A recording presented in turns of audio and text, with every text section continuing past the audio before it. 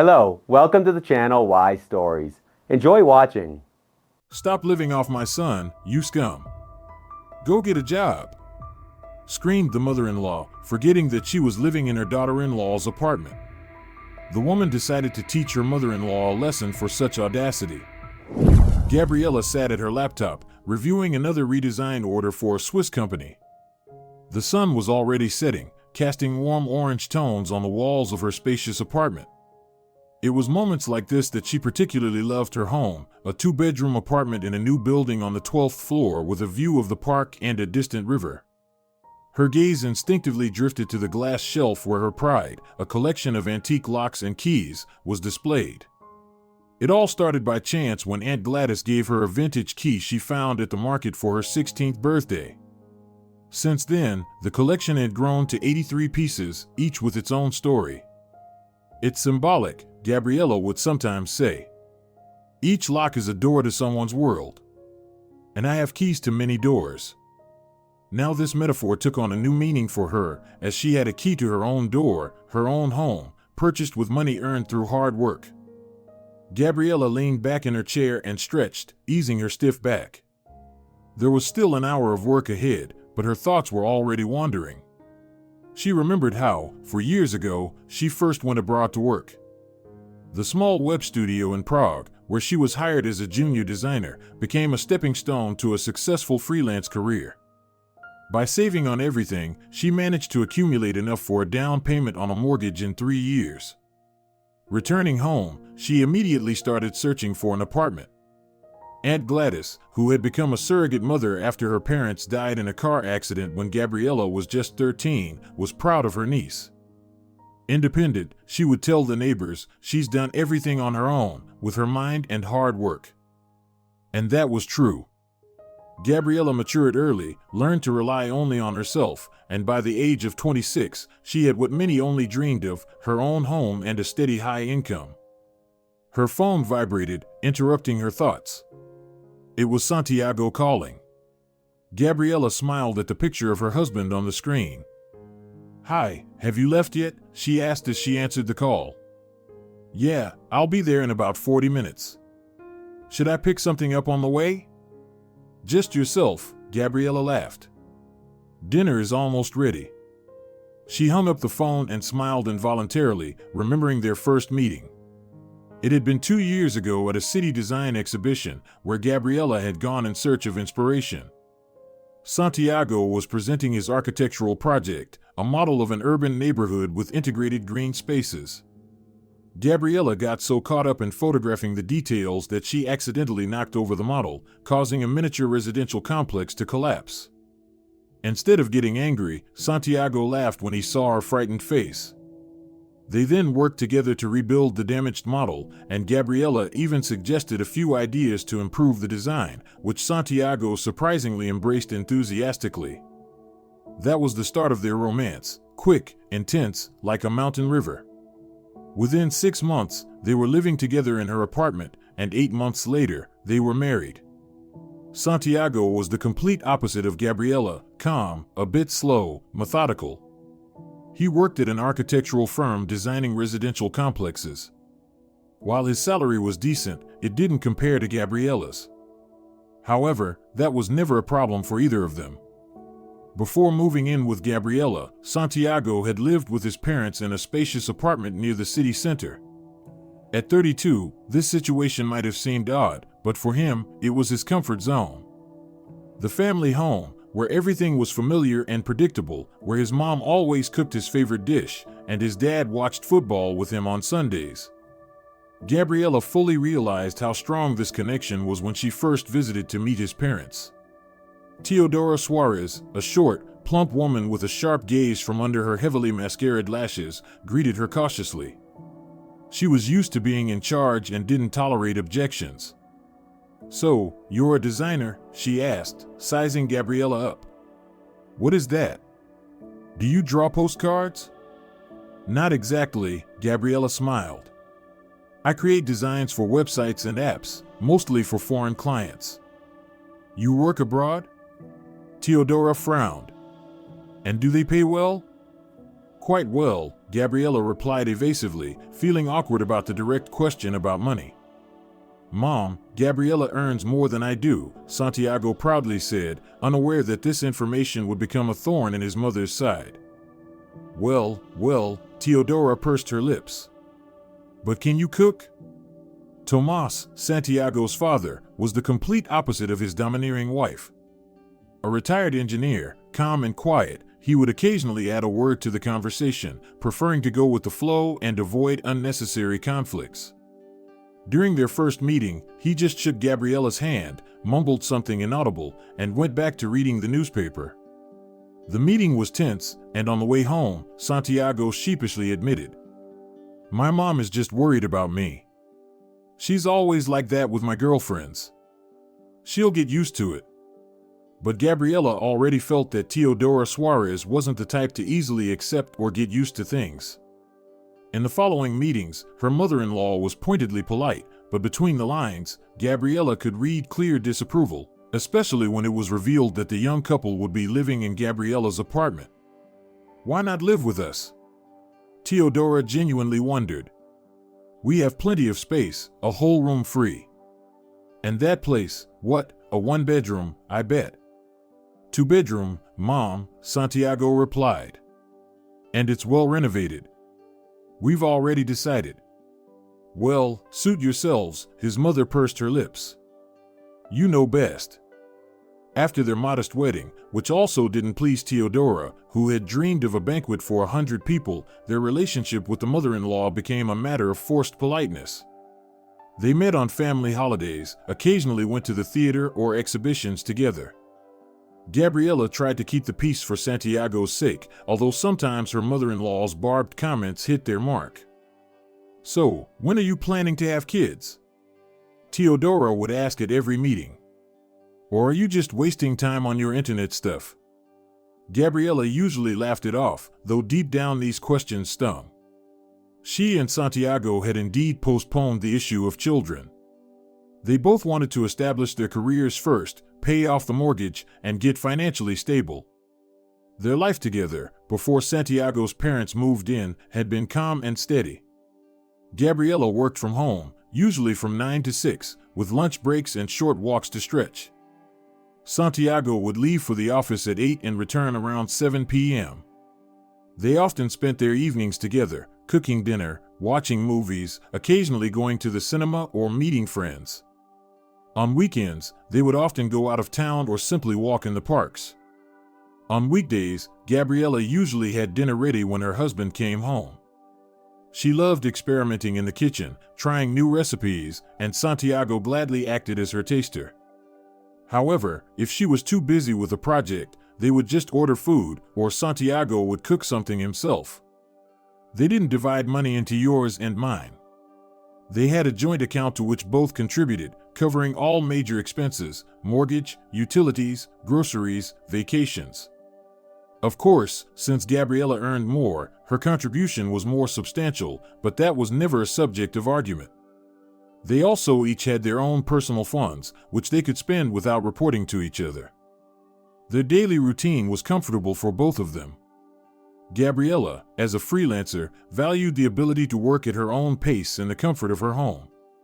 For international calls and meetings with clients, she had a well-equipped workspace in the living room, complete with a comfortable chair, a large monitor, and good lighting.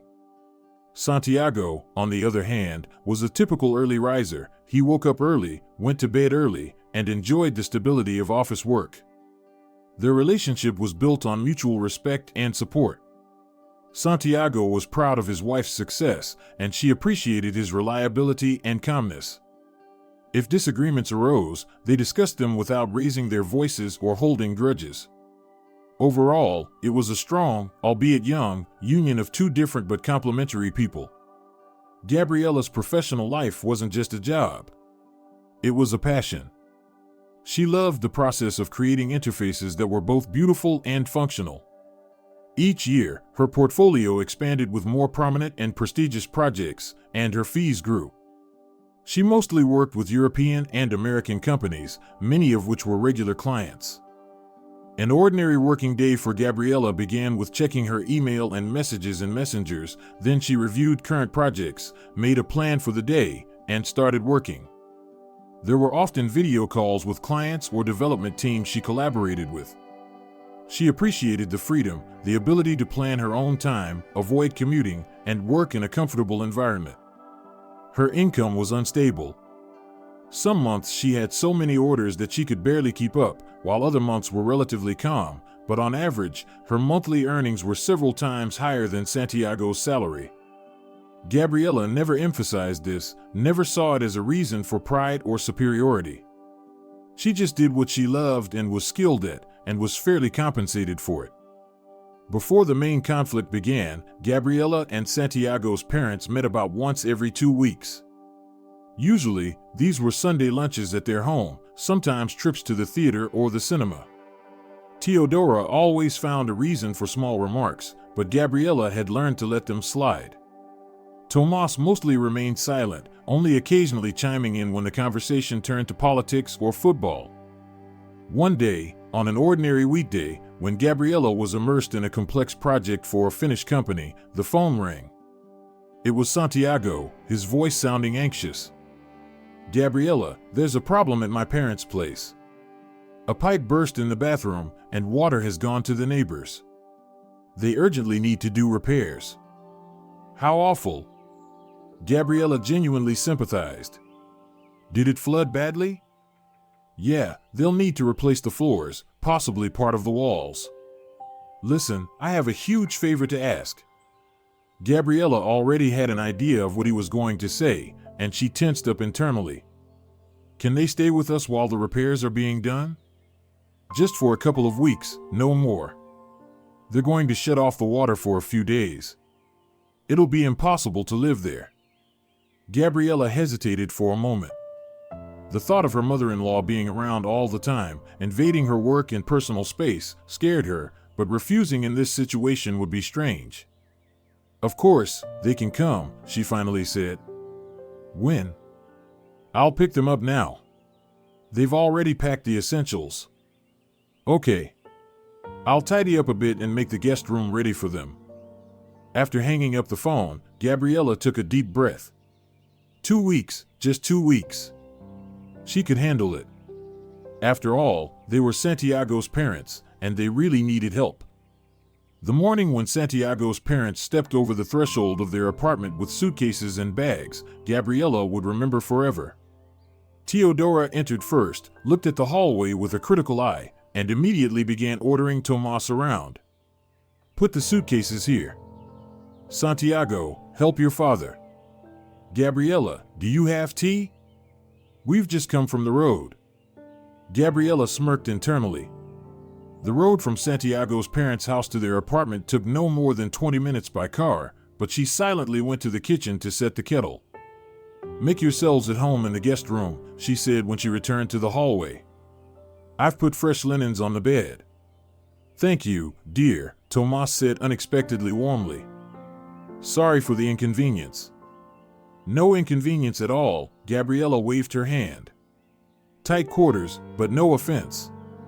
The first few days went relatively peacefully. Teodora was unusually quiet and even helped with the dishes after dinner. Tomas spent most of his time reading newspapers or watching television, trying not to disturb anyone. Santiago was at work all day, and in the evening, he tried to spend time with his parents. They played board games, watched old movies, and discussed the news. Gabriella worked in her usual routine, though having outsiders in the apartment threw her off a bit. She was used to the silence during the day, the freedom to move around the apartment, to speak out loud during calls without worrying that someone might overhear. Now she had to adapt. On the 4th day, Teodora began to take initiative. "Gabriella, why do you keep your frying pans in this drawer?" she asked at breakfast. "It's very inconvenient to get them." "I'll move them." "It's fine for me," Gabriella replied gently. "I'm used to the arrangement." "Well, you shouldn't be," Teodora shook her head. "At my house, everything is organized much more logically. The frying pan should be next to the stove, not in the back drawer." Gabriella remained silent, deciding not to argue over trivial things. But when she went for a frying pan that evening, she found that all the kitchenware had been rearranged. The frying pans were indeed next to the stove, but Gabriella's favorite spices were shoved into the far corner of the cabinet, and the measuring cups were completely gone. "Teodora," she called her mother-in-law, trying to stay calm, "I asked you not to rearrange things." "I just organized it," Teodora replied authoritatively. "You'll see, it's much more convenient this way." "But I was fine with it the way it was," Gabriella insisted. "This is my kitchen, I'm used to the way things are arranged." "Your kitchen," Teodora corrected her, emphasizing the word your. "You and Santiago live here together, and by the way, he's very happy with the new arrangement." "I asked him." Gabriella doubted that Santiago had even noticed the changes. He rarely cooked and wasn't very familiar with the kitchen layout, but arguing further seemed pointless. She mentally noted that as soon as his parents left, she'd put everything back where it belonged. This was the first, but far from the last, time Teodora decided to improve their household. The next day, she washed all the curtains, even though Gabriella had cleaned them just a month ago. Then she tackled her son's wardrobe, throwing out old t-shirts and socks that, in her opinion, were worn out. Next, she cleared out the fridge, tossing out several containers of Gabriella's prepared meals. Her mother-in-law decided they looked suspicious and were better off thrown away. Each time, Gabriella tried to politely but firmly set boundaries, and each time Teodora ignored them, hiding behind care for her son or common sense. Alongside this, the verbal attacks began. At first, they were cautious, disguised as concern or humor. "Gabriella, you should take breaks from your computer sometimes," her mother-in-law would say, peeking into the room where she worked. "Otherwise, you'll ruin your eyes." Or, "Sweetheart, are you sure this cutlet is fully cooked? Santiago's had stomach problems since childhood. He can't eat undercooked food." Then the criticism became more direct. "Why is there mold in the corner of your bathroom? Don't you clean? I wash everything with bleach every week." "This isn't mold, it's special grout between the tiles," Gabriella tried to explain. "It was this color from the start." "Don't tell me, I can tell mold from grout," her mother-in-law snapped and, armed with a brush and cleaner, set off to fight the non-existent problem. Santiago didn't notice these small conflicts or pretended not to. He was happy to see his parents every day, enjoying his mother's cooking. Teodora quickly took over the kitchen and seemed to have no idea why Gabriella was becoming more and more tense and irritable. "Mom just wants to help," he would say when his wife complained about the latest intrusion. "She's used to taking care of everyone. Don't take it personally." "But she's rearranging my things, throwing out food, criticizing every move I make," Gabriella argued. "This isn't care. It's control." "You're exaggerating," Santiago dismissed her. "Let's just put up with it for a little longer. The repair will be done soon, and everything will go back to normal." But the repair that was supposed to take 2 weeks stretched on. First, it turned out that the entire pipe system needed to be replaced. Then there were problems with the workers who didn't show up on time. After that, Teodora decided that since they were already doing repairs, they might as well update the kitchen as well. "Are we bothering you?" she would ask, sometimes with poorly concealed irony. "We could go to a hotel, you know." No, stay as long as you need," Gabriella would answer automatically, realizing that no other response was expected from her. Weeks passed, and Santiago's parents showed no signs of leaving anytime soon. In fact, they seemed to be settling in more and more, acting as if they were in charge. Teodora had completely taken control of the kitchen. She made the weekly menu and sent Santiago to buy groceries according to her list. Tomas had claimed the couch in the living room and spent most of the day watching television at such a volume that Gabriella had to wear headphones during her work calls. Her work rhythm was completely disrupted.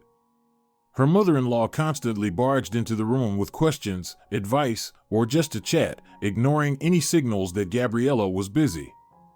It was especially difficult during video conferences with clients. Teodora seemed to purposely pick those moments to come in and start clanging dishes, asking where things were, or just talking loudly on the phone. After a month, Gabriella was at her breaking point. She tried to have a serious talk with Santiago. "This can't go on," she said one evening when they were alone in the bedroom for a moment. "Your parents are completely ignoring my requests and needs. I can't work, rest, or even cook in my own kitchen." "But the repairs really took longer than expected," Santiago replied apologetically. "They need somewhere to stay." "I understand, but we need to set some ground rules. For example, I can't be disturbed during work hours, you can't rearrange my things without asking, and if I'm making dinner, there's no need to interfere and redo everything in your own way." "You know how my mom is," Santiago sighed. "She doesn't do it on purpose, she's just used to controlling everything. I'll talk to her, I promise." But if that conversation happened, it didn't bring any results. Teodora continued to behave as if it was her house and Gabriella was an inexperienced girl who needed to be taught how to live. One day, after work, Santiago happily announced, "I have news. I've been promoted to senior architect. There's going to be a raise." "Congratulations, darling," Gabriella exclaimed, hugging her husband. "I knew it," Teodora chimed in, appearing right then. "My boy has always been talented. I remember, even in kindergarten, the teacher picked his drawings for the exhibition." And she went on with stories about her son's childhood achievements, as though they were entirely her doing. Gabriella listened half-heartedly, genuinely happy for her husband but understanding that the promotion, while nice, wouldn't change their financial situation much. Santiago would still earn less than her, though the gap would narrow slightly. But for Teodora, this event was a turning point. Now, she glorified her son's success even more and tried to downplay Gabriella's achievements. Well, she said loudly on the phone with a friend, intentionally so that Gabriella could hear, "My Santiago is now a senior architect, and look at the salary he'll be getting. Wow. Now they'll start living well, while my daughter-in-law just sits on her computer all day, but what's the use of that?" That same evening, Teodora decided to throw a celebratory dinner in honor of her son's promotion. Without consulting the apartment's owner, she invited several relatives and friends, bought groceries on Santiago's account, and spent the entire day cooking her signature dishes. Gabriella only found out about the planned event when she returned from a brief client meeting. "Ah, Gabriella," her mother-in-law greeted her. "I'm glad you're here. Can you help me set the table? The guests will be here by 7. "What guests?" Gabriella asked, confused. "What guests?" "For the celebratory dinner. We're celebrating Santiago's promotion. I invited Aunt Gladys, Teresa with her husband, Veronica, and Tobias." Gabriella was taken aback. First, she and Santiago had never invited this group of people over to their home. All of them were friends and acquaintances of Teodora, not theirs. Second, she had planned to finish a pressing project that she had postponed to meet the client. "Teodora, but you didn't warn us," she said, trying to stay calm. "I have work planned for the evening. A very important project." "Oh, stop with your drawings," Teodora waved it off. "It's not every day your husband gets promoted. A celebration is more important. I've been cooking since morning." Gabriella sighed deeply, trying to hold back her irritation. "It's not that I don't want to celebrate," she said patiently. "It's just that you should have discussed it with me and Santiago first, agreed on the date and the guest list." "What's there to discuss?" Teodora asked, genuinely surprised. "My son deserves a celebration, that's all. And really, what's this obsession with planning and agreeing on everything? We used to live just fine without all your plans." Arguing was pointless.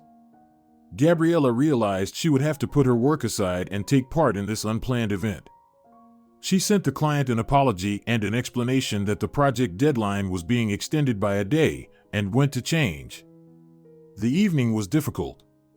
The guests, mostly elderly friends of Santiago's parents, spoke loudly, ate and drank a lot, discussed politics, and reminisced about the good old days. Gabriella felt out of place at this celebration of life, though she tried to keep the conversation going and smile. The climax of the evening came when Teodora made a toast. "To my little boy." She raised her glass.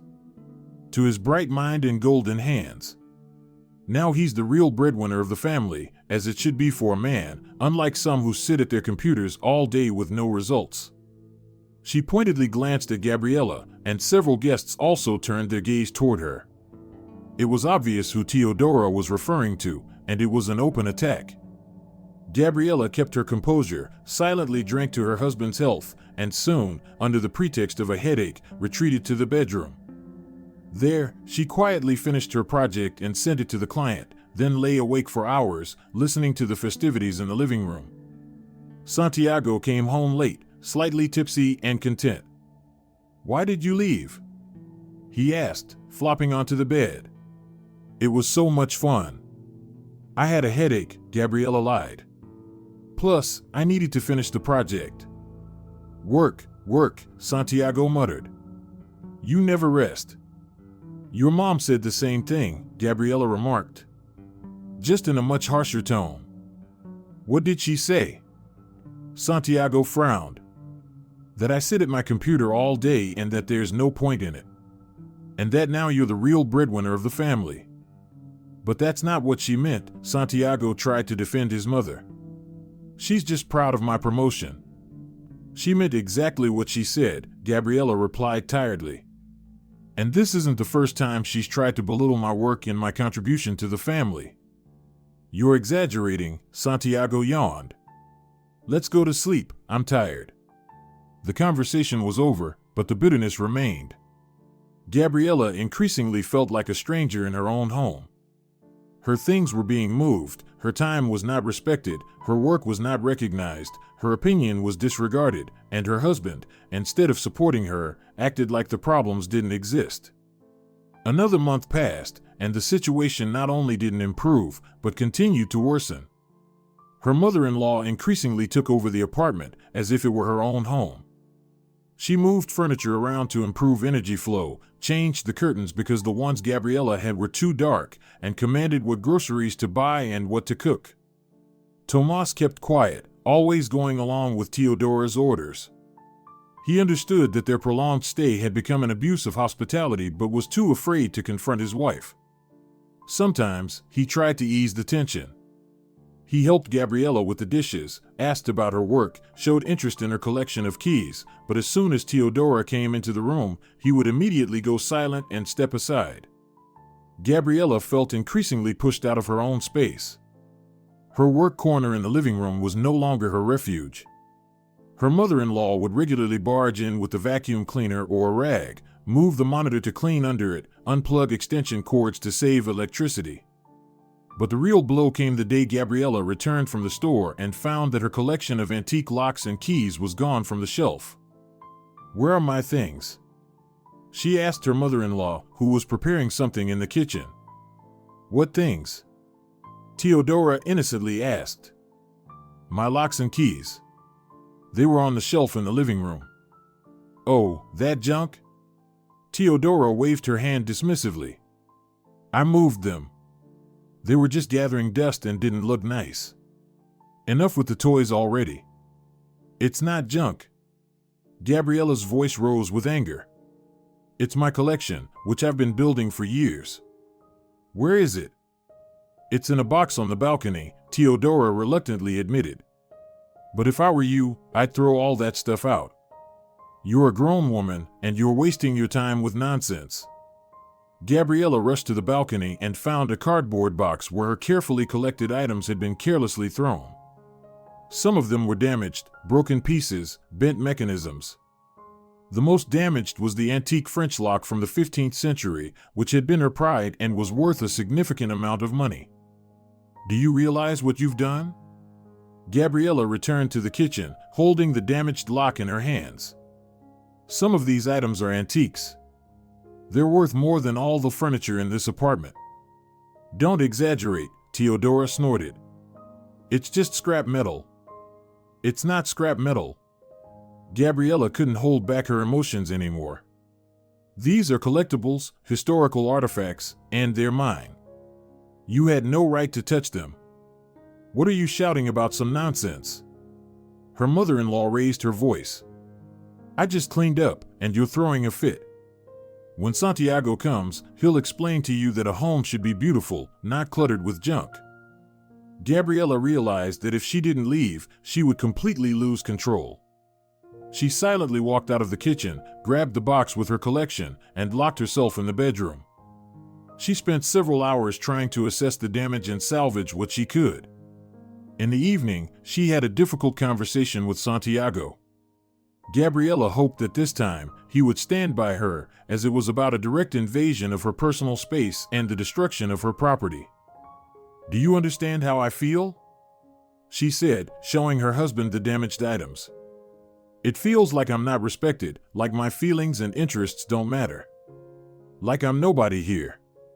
Mom definitely went too far, that's true, Santiago reluctantly admitted. But she didn't mean to break anything. She just doesn't understand the value of these things. It's not about whether she understands or not, Gabriella retorted, it's that she takes my things and moves them around without asking. This is my apartment, Santiago, mine. I'm the one paying the mortgage, I furnished it. I have the right to arrange the space the way I see fit. Our apartment, Santiago corrected her, we're a family. Fine, it's ours, but definitely not your mom's.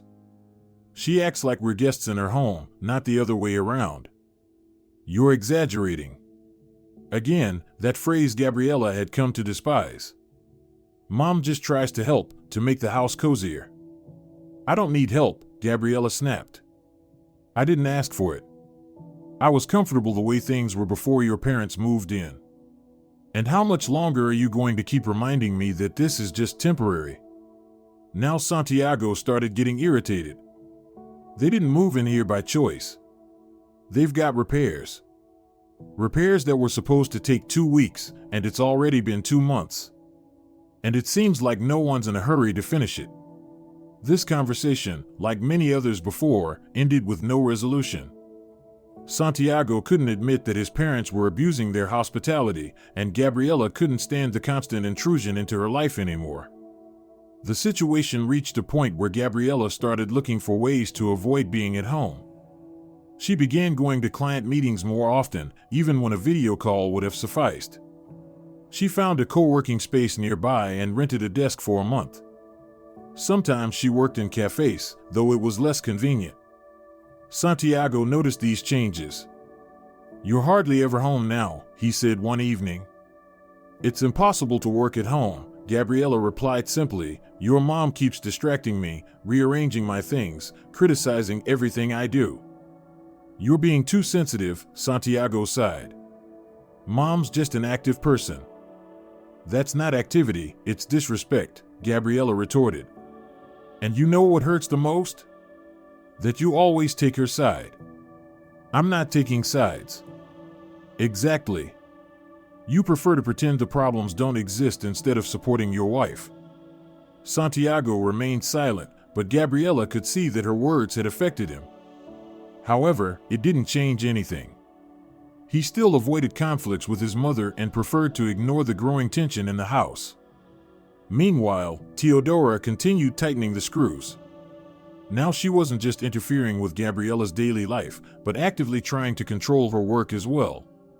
She would enter the room during video conferences, loudly comment on what she heard, and once even answered the phone when Gabriella got a call from a client and started asking the client about project details. Did you touch my phone? Gabriella asked, outraged when she found her mother-in-law holding her smartphone. Well, he called, Teodora shrugged, and you were in the shower, so I answered. That was a work call. You have no right to answer my work calls. Oh, come on, Teodora waved her hand. What's all the secrecy? Just a regular conversation. It's not secrecy, it's professional ethics, Gabriella tried to explain. My clients expect confidentiality. I sign non-disclosure agreements. Oh my God, what drama! Teodora rolled her eyes. You sit around drawing pictures all day, and you think you're as important as a minister. This incident was the last straw. Gabriella realized that she could no longer work at home. It jeopardized her professional reputation and client relationships. She moved permanently to the co-working space, only coming home in the evenings. Teodora took this as a personal victory. "Well, now," she said to her son in front of Gabriella, "at least she goes to a real job now, instead of sitting on the computer all day." Gabriella remained silent and counted the days until the repairs at Santiago's parents' apartment were supposed to be finished, which, by the way, had long been overdue, but there were always new reasons for the delay. "They brought tiles of the wrong color," Santiago explained. "Now they're waiting for a new batch." Or, "The workers messed up the wiring, we'll have to redo it." Or, "Since they've started with the bathroom, they decided to update the kitchen too, so they won't have to do it later." Gabriella no longer believed these explanations. Most likely, Teodora just didn't want to go back home. She liked living with her son and controlling him and his wife. One day, Gabriella tried to have an open conversation with her father-in-law. They were alone in the kitchen. Teodora had gone to visit a friend, and Santiago was at work. "Tomas," Gabriella began cautiously, "can I ask how the repairs are going?" Her father-in-law sighed and spread his hands. "Honestly, it's almost done," he admitted. "The bathroom and toilet are ready, they just need to connect the kitchen appliances." "Then why haven't you moved back yet?" Gabriella asked directly. Tomas cleared his throat awkwardly. "Teodora thinks Santiago needs our support," he said evasively, "especially now that he's been promoted, with more responsibility." "So, you're not planning to move back?" Gabriella asked, feeling panic rising inside her. "Well, not exactly that we're not planning to," Tomas hesitated. "We just don't have specific dates yet." This conversation opened Gabriella's eyes to what was really going on. Santiago's parents hadn't just stayed because of the repairs, they had essentially moved in permanently without her consent, or even without discussing it. And it seemed that Santiago knew about it but kept silent. Gabriella decided that enough was enough. It was time to take control of the situation or risk losing control of her own life entirely. At that moment, something happened that would become a turning point in the story. Santiago received his first paycheck after the promotion. It was indeed higher than his previous salary, though not enough to significantly change their financial situation, but for Teodora, it was a reason to celebrate and make new insinuations. She threw a festive dinner, again without consulting Gabriella, and made a toast. "To my little boy, the real breadwinner of the family. Now you'll not only earn for the apartment, but soon you'll be able to save for a country house too." Gabriella found it amusing. Apparently, her mother-in-law still didn't understand that the apartment they were living in had been bought by Gabriella, not Santiago, and that Gabriella was the one paying the mortgage, not the other way around. "Teodora," she said calmly, "you probably don't know, but this apartment belongs to me. I bought it before I married Santiago, and I'm the one paying the mortgage now." Teodora looked at her incredulously, then shifted her gaze to her son. "Is that true, Santiago?" "Yeah," he reluctantly confirmed, "but what's the difference? We're a family, everything is shared." "How did this young girl afford such an apartment?" Teodora continued, undeterred. "Where did you get all this money?" "I earn enough," Gabriella simply replied. "My work pays well." "These pictures of yours on the internet?" Teodora snorted skeptically. "Don't tell me fairy tales." "You're wrong," Gabriella tried to speak calmly, although she was already boiling inside. "My work on the internet brings in several times more than Santiago's salary, even with the raise." It was an uncomfortable truth that she and her husband usually avoided discussing, to spare his ego, but now Gabriella felt it was time to set the record straight. "What nonsense!" Teodora exclaimed. "Santiago is a man, a professional, an architect with a degree. How can you earn more than him by making pictures?" "Easily," Gabriella shrugged. "The web design market is highly competitive, especially internationally. There aren't many good specialists, and they get paid well. I work with big companies from Europe and the US who have budgets much larger than our local firms. Her mother-in-law looked at her with clear disbelief, but something in Gabriella's tone made her pause and think. "And how much do you make?" she asked directly. "That's an inappropriate question, Mom," Santiago intervened. "Let's not talk about this." But Gabriella decided it was time to be open. "Last month, I earned about 6,000 euros, she said. "This month will be more because I took on 2 extra projects." Teodora looked stunned. She shifted her gaze to Santiago, as though expecting him to deny this information, but he just awkwardly looked away. "So, it's you." Teodora started and then stopped, unsure how to continue. "Yes, I'm the primary breadwinner in the family," Gabriella finished for her. "And that's why it's so important for me to be able to work peacefully at home without constant interference and my things being moved around." Teodora was silent for a moment, processing the information. Then her face took on its usual smug expression. "So what?" she said. "Maybe it's like that now, but Santiago will show you. With his new position, he'll catch up and surpass you quickly. As if money is the most important thing." "Money isn't the most important thing," Gabriella agreed. "Respect is. And that's something we're seriously lacking in this house." The unpleasant conversation ended there, but the tension remained. Teodora now looked at Gabriella with even more disdain, believing that she had humiliated her son, and Santiago was clearly displeased that his wife had openly talked about the difference in their incomes. "Why did you say that?" he asked later, when they were alone. "It only upset Mom, and it made me uncomfortable too. And I enjoy listening to your mom call me lazy and insinuate that I'm living off you," Gabriella shot back. "It's time to set things straight. I'm tired of this situation, Santiago. So tired." "Just hold on a little longer," he asked for the umpteenth time. "The repairs will be done soon, and everything will get better."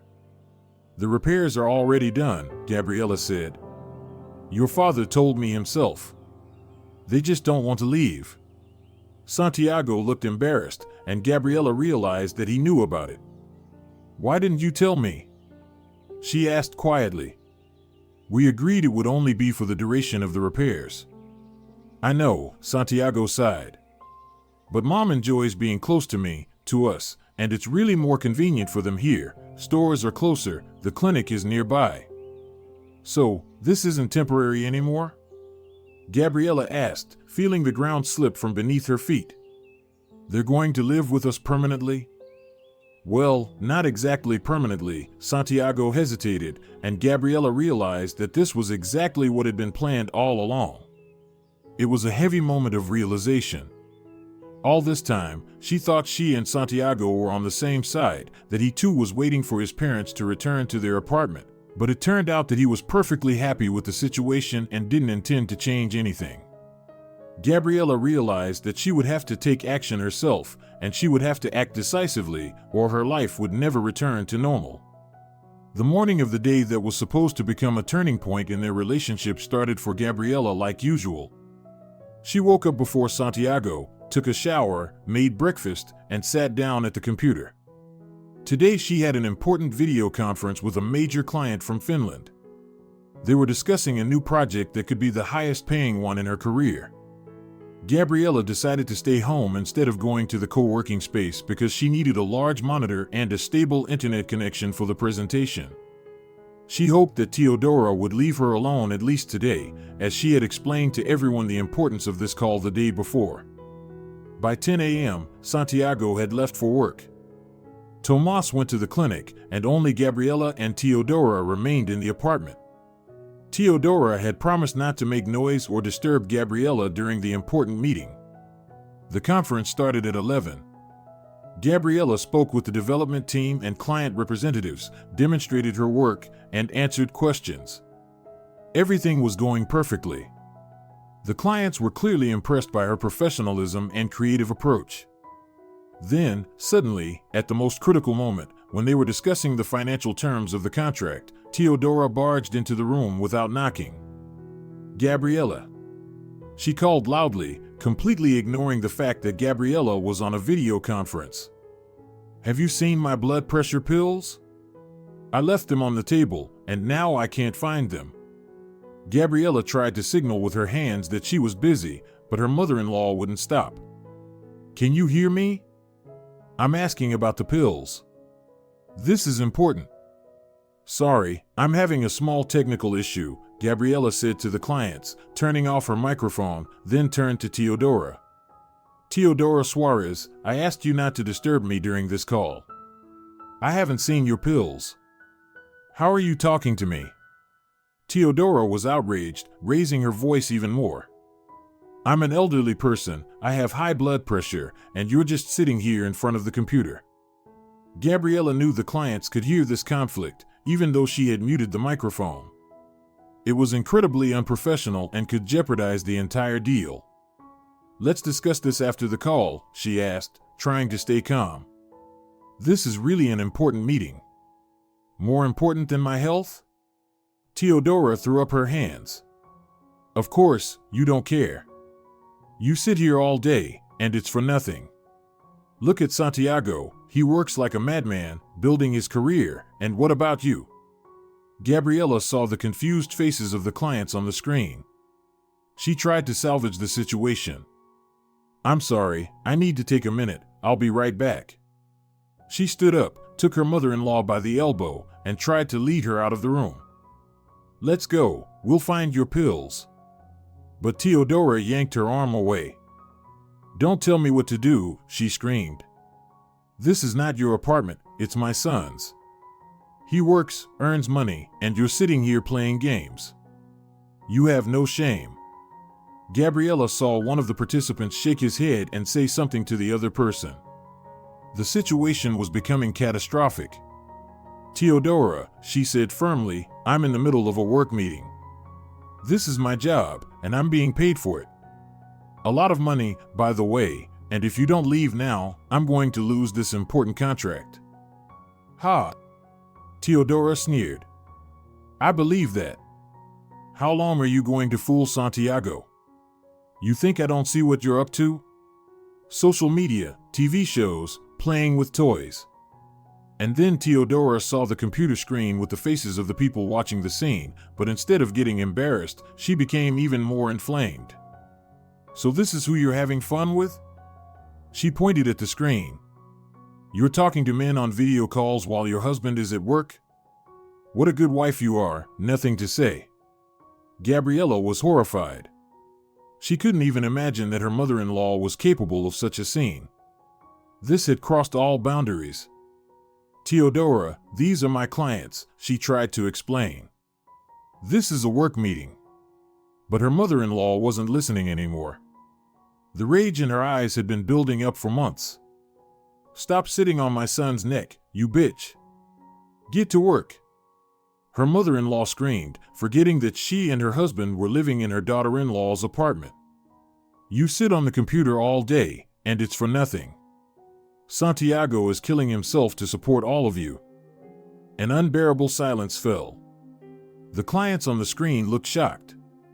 One of them said something in Finnish, clearly suggesting they reschedule the meeting. Gabriella saw her professional reputation, which she had worked for years to build, crashing before her eyes. "Sorry, I need to take care of a personal matter," Gabriella said to the clients with a forced smile. "Let's reschedule our conversation." The conference ended.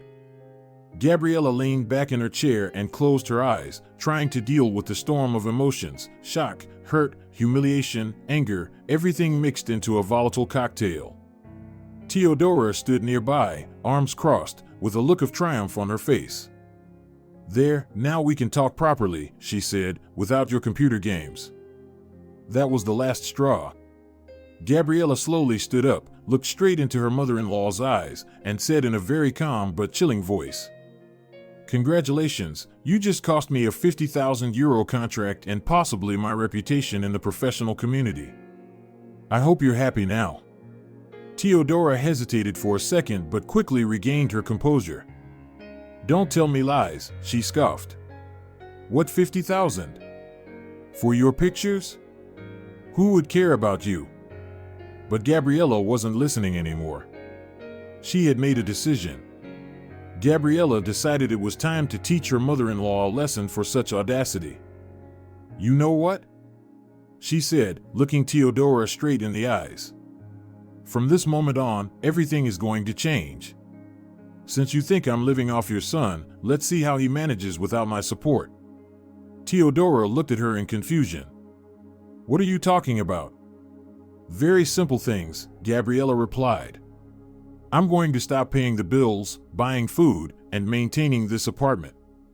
Let your son handle it, since he's such a provider, and I'll just live and watch how you manage."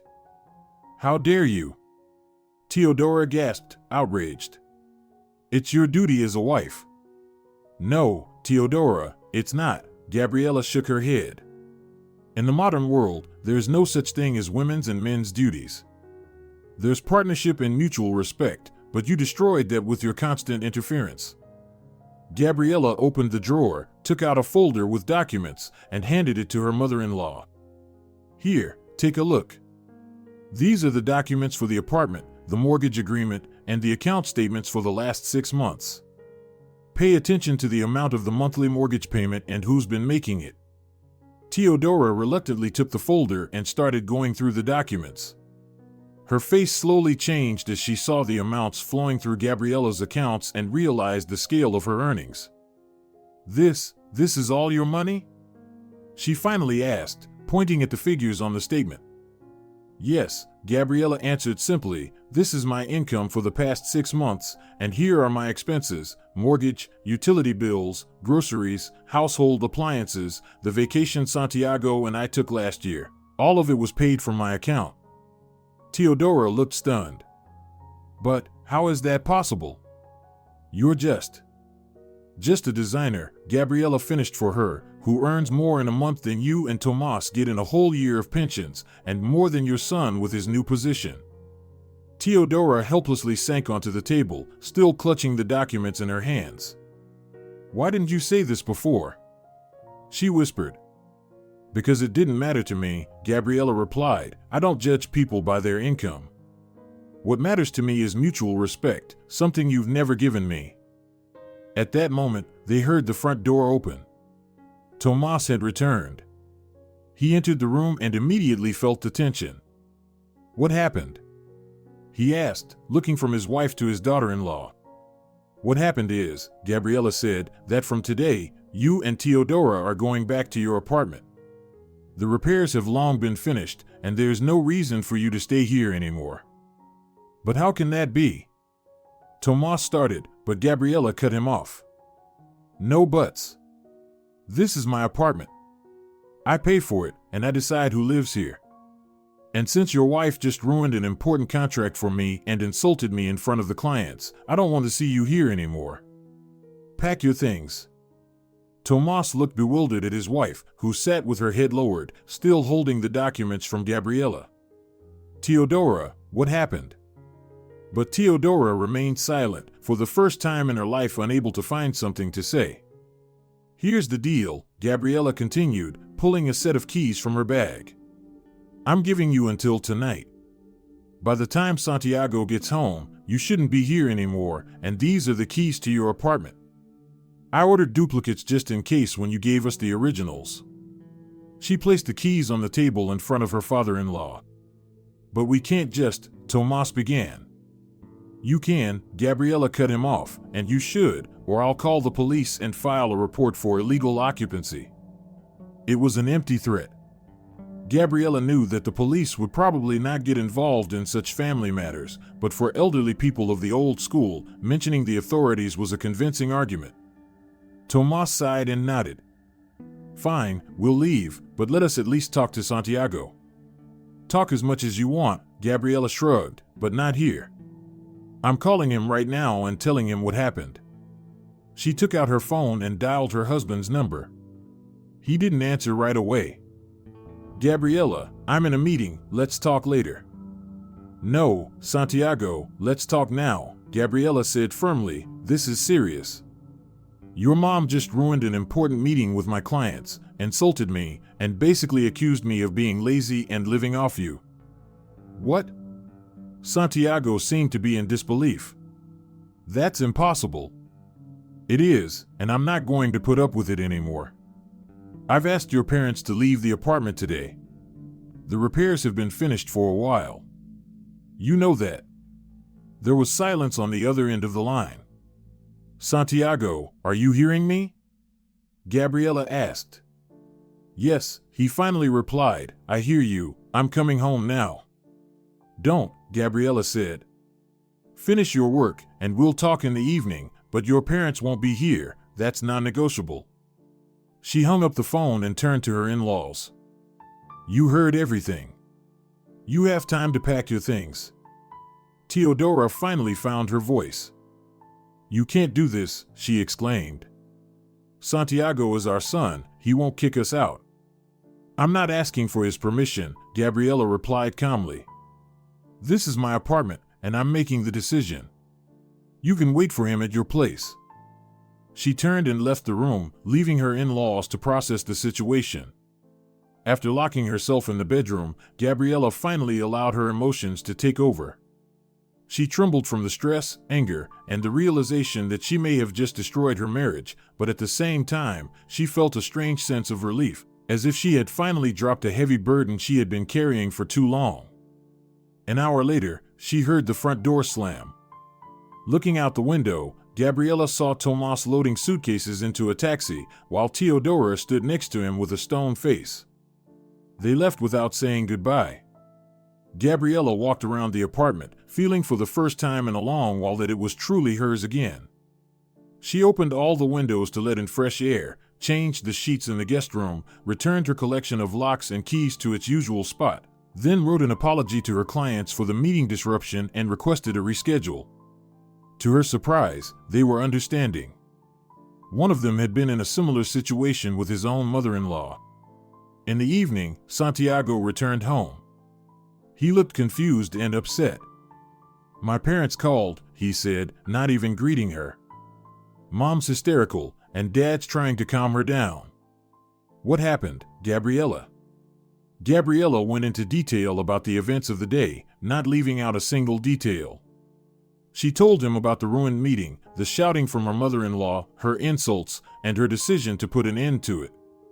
Santiago listened in silence, occasionally frowning or sighing. When Gabriella finished, he sat quietly, staring into space. Do you understand what you've put me in? He finally said.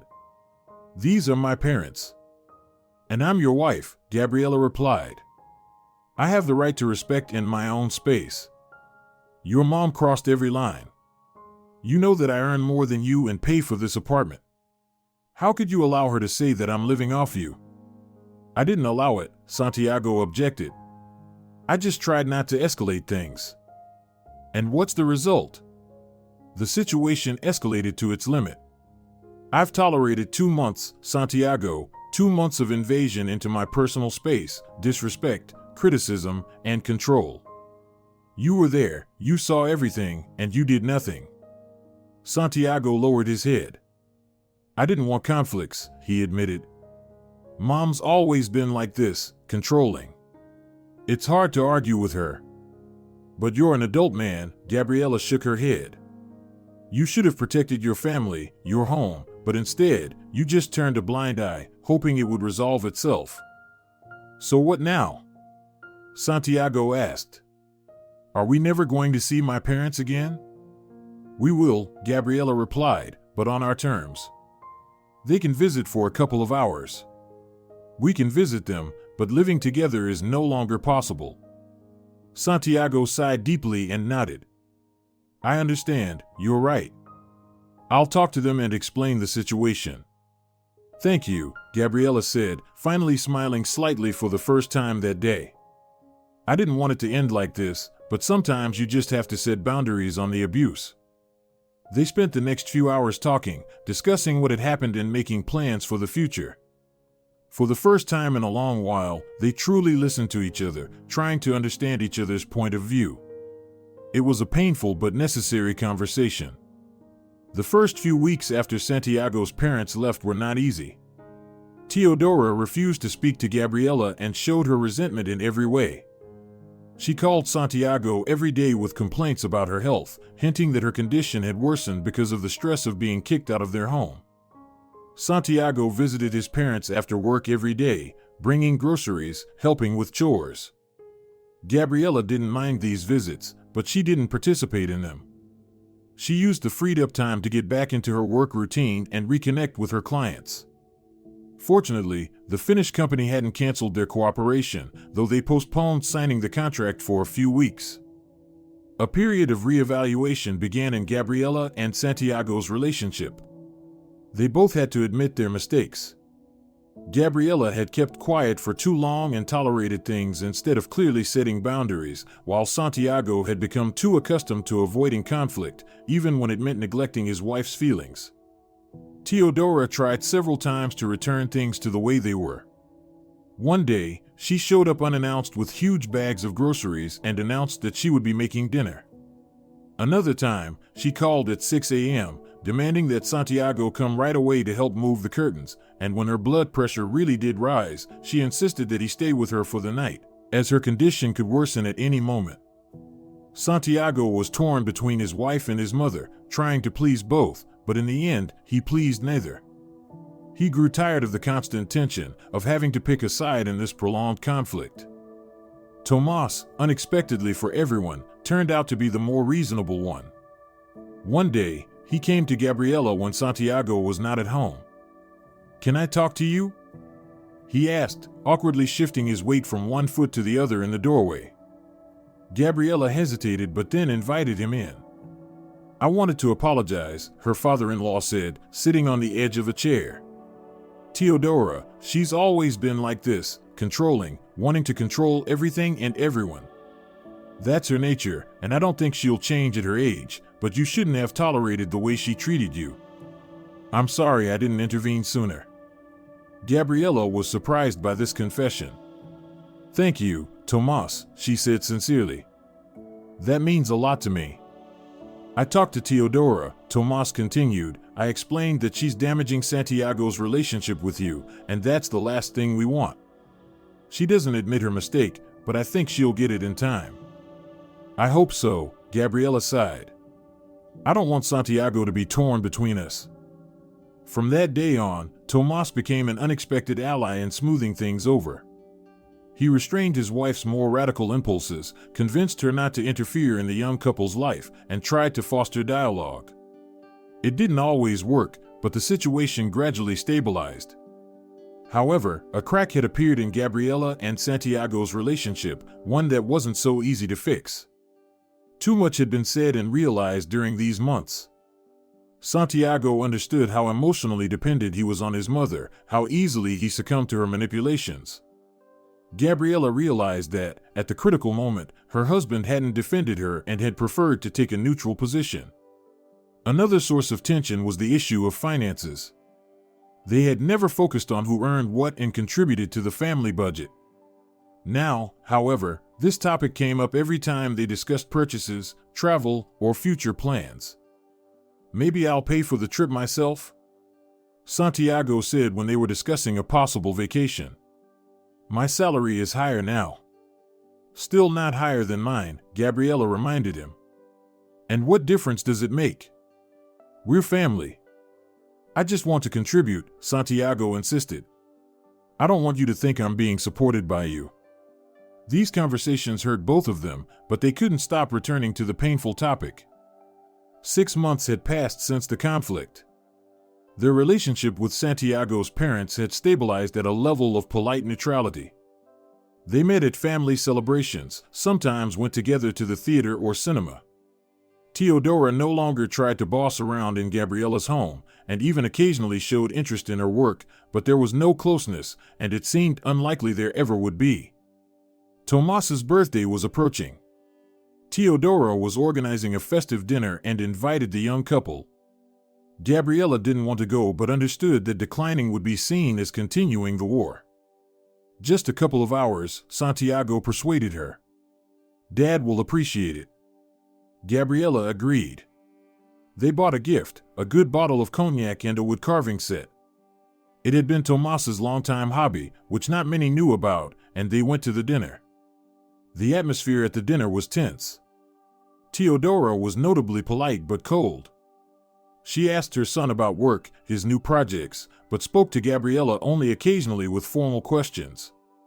At the end of the evening, when everyone was preparing to leave, Teodora couldn't resist making a cutting remark. "And how about you two? Still living with separate accounts?" she asked casually. "Modern relationships, I must say." "Mom," Santiago said warningly, but Teodora pretended not to hear. On the way home, Gabriella and Santiago were silent. Each was lost in their own thoughts, but they were similar. Something in their relationship had changed irreversibly. At home, Santiago finally broke the silence. "You know, I realized something important today," he said, looking out the window. "We can't keep going like this. Gabriella, this is destroying both of us." Gabriella felt her heart tighten. She knew where he was going with this. "I've thought about it," Santiago continued. "Maybe we should live separately, at least for a few months, figure things out, understand what we want." "Are you moving in with your parents?" Gabriella asked quietly. "No," Santiago shook his head. "I'll rent an apartment. I need space from everyone." Gabriella nodded. Deep down, she had been expecting this conversation. The situation with her mother-in-law had just exposed deeper problems in their relationship: Santiago's inability to set boundaries, his dependence on his mother's approval, Gabriella's reluctance to compromise. "Maybe that's for the best," she said. "We both need time to think." 6 months had passed since their separation. Santiago had indeed rented an apartment and lived alone. They met occasionally, at first to discuss practical matters, then just to talk. Without the daily pressure and tension, it became easier for them to communicate. They even went to the movies together a few times and had dinner at their favorite restaurant. Teodora saw their separation as a personal victory, but quickly realized there was nothing to celebrate. Santiago started visiting his parents less frequently, and when he did, he was quiet and thoughtful. He had finally begun working on himself, seeing a psychologist, learning to set healthy boundaries, including with his mother. Gabriella also changed. She realized that she had remained silent about her needs for too long, suppressing her irritation until it erupted into open conflict. Now she was working on expressing her feelings and desires more openly, without letting things build up until they exploded. One spring day, Santiago called Gabriella and suggested they meet. They walked through the park, talking about work, life, and how much they had changed over time. "I miss you," Santiago finally admitted. "I miss our home, the way we used to cook dinner together, watch movies." "Miss us?" Gabriella smiled and took his hand. "I miss it too, but we can't just go back to what it was." "I know," Santiago nodded, "and I don't want to go back. I want to move forward, build a new relationship, a healthier one." They were silent for a long time, simply holding hands and looking at the river. "Maybe we can try to start over?" Santiago finally asked, not as husband and wife, but as two people who want to be together and are willing to work on their relationship. Gabriella thought for a moment. She didn't know if it was possible to restore what had been broken, but she wanted to try. "Let's try," she said. Day by day, without rushing. It wasn't a happy ending, but an uncertain beginning. Ahead of them lay much work, many conversations, many compromises, but right now, in this moment, they both felt hope, and that was already something. That's the story. If you're enjoying it as well, leave a like and subscribe to the channel.